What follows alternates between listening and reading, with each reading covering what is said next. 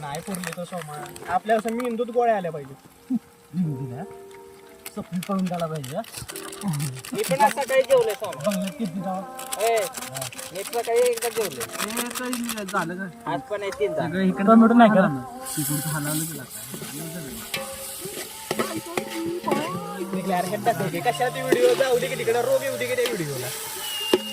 Blog टाकणार आहे मी युट्यूबला नीट बोल.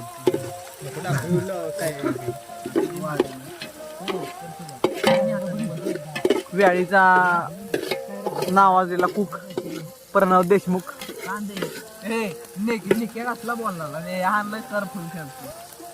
नियोजनाचा बादशाह सोमेश राठोड. सपने